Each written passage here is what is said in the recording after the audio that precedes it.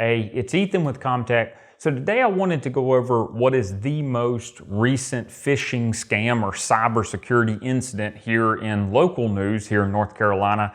So this is a local school system that was hit with a phishing email, which I'll go into in a minute. And I wanted to go over it because I want to tell you how it could apply to you or what we can learn from it. So I don't like to start videos with disclaimers, but I have to in this instance because I see so many people, I'm watching the news, I'm reading the comments about this incident as well as every other incident.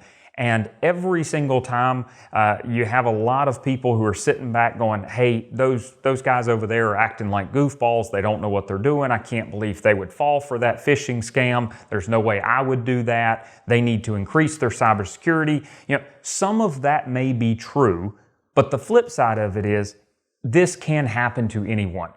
We have to give the devil his due, and we have to recognize that these bad guys are very, very good at what they're doing. So I wanted to highlight that before I went into this to make sure I'm not downing those guys at this school system or any other cybersecurity incident that happens. It can happen to anyone. So let's keep that in mind, and then let's all learn from it. So what we're going to do next is we're going to talk about what happened and then how you can use this to learn if you're an office manager or an owner and you're watching this for your company, what you can learn from this. So the first thing is just simply an analysis of the event. Based on what we know right now, the school system received an email asking for the school system to set up a ACH or direct deposit for paying a bill for a company that they work with. Now, what's abnormal about this is that company typically would request a check. So when the school system paid them for their work, they always did it via check. But this time they said, hey, can you do it ACH? They set it up and then they wired the money to the wrong place. So it was a little over $300,000. Now, the good part about this is it has now come out that they were able to recover the money. Of course, that doesn't always happen. And they got lucky, as everybody does from time to time, which is good. But what this means, or what I wanted to highlight here, is this is a time for you to step back and, in my opinion, for you to step back and say, okay, can we do these things? Number one, have we analyzed our current risk inside of our company? Who is handling accounts payable? How do we set up ACH versus check? Whatever it may be, how do we handle that conversation? What is in place to make sure, what are your procedures to make sure that we don't accidentally ACH something to the wrong place? We don't send a check to the wrong place. We don't give out a password. We don't fall victim to these types of things. So analyzing your current risk is a huge thing. And a lot of times it's my next point, is analyzing your current training strategy. So when I talk to a lot of people and we do public speaking events, most of the time when we're talking about analyzing your risk, everybody thinks, because we're a cybersecurity and IT company, everybody thinks we're talking about adding another tool, increasing antivirus, whatever it may be. Most of the time, the issue is always with the human side of it. So it's always with the training. That is your low-hanging fruit. You'll hear me talk a lot on this channel about that right there. So if you're watching this as an owner or an office manager, I would analyze your current training strategy. And what I mean by that is analyze how often your people are looking at these scams, watching videos like this to ensure that they don't fall victim. If possible, test them, send some phishing test emails, that sort of thing. And then the next thing is analyze your public relations strategy. So this actually goes back to what I was saying at the beginning, that this can happen to anyone. So plan on it happening to you. You always, the way we say it is it's not an if, it's a when.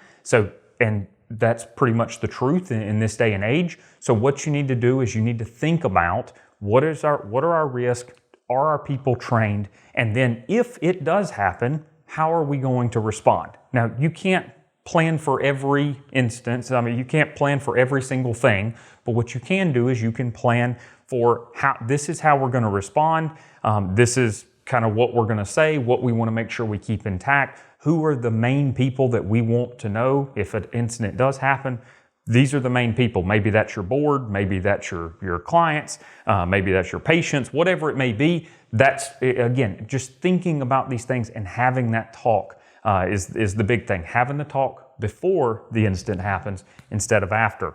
And then the final thing is check your insurance. That seems logical, but use this as a great example to call your insurance company, call your insurance agent and say, hey, if this happened to me and I fell for a phishing scam via email and I wired $300,000 to the wrong place, I wasn't able to recover it, I'm trying to file it on insurance, would you cover me? Use this exact example. And if they say no, then say, how do I get coverage for that? And then the second thing is which if you ask how do I get coverage for that, most of the time they're going to say this is what you would need to do. This is what you're going to have to pay for a separate insurance policy, for a cybersecurity insurance policy, as well as these are all the things that you need to set up. Multi-factor authentication and these types of audits and all of these things. So that way you have a checklist of I need to go and do these things and then I need to get this insurance policy.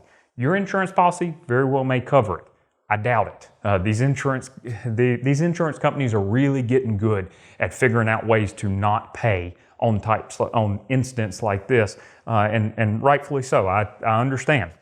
So, final thoughts here is have your I recommend having an outside company perform a risk analysis on your company to at least have this conversation. There's lots of ones out there. ComTech offers one as well. I know that's a shameless plug, but if you don't work with ComTech, work with someone, do the risk analysis, think about these things. The next thing is if you're interested in a half-day cybersecurity training for your staff, again, it's a shameless plug, but we just came out, if you're watching this video in December of 2023, we just came out with a half-day training. All you have to do is email cyberhero@comtechnc.com and we'll get you more information on that. And then the final thing is just keep watching these videos if you don't mind. We try our best to create a number of videos, 1 or 2 a week, to just announce, hey, this is the latest phishing scam that we're seeing. This is exactly what we're seeing, and this is how it got this person, and here's how you protect yourself from it. Of course, if you have any questions more, comment below or reach out on our website. We'd love to talk to you. Have a great day.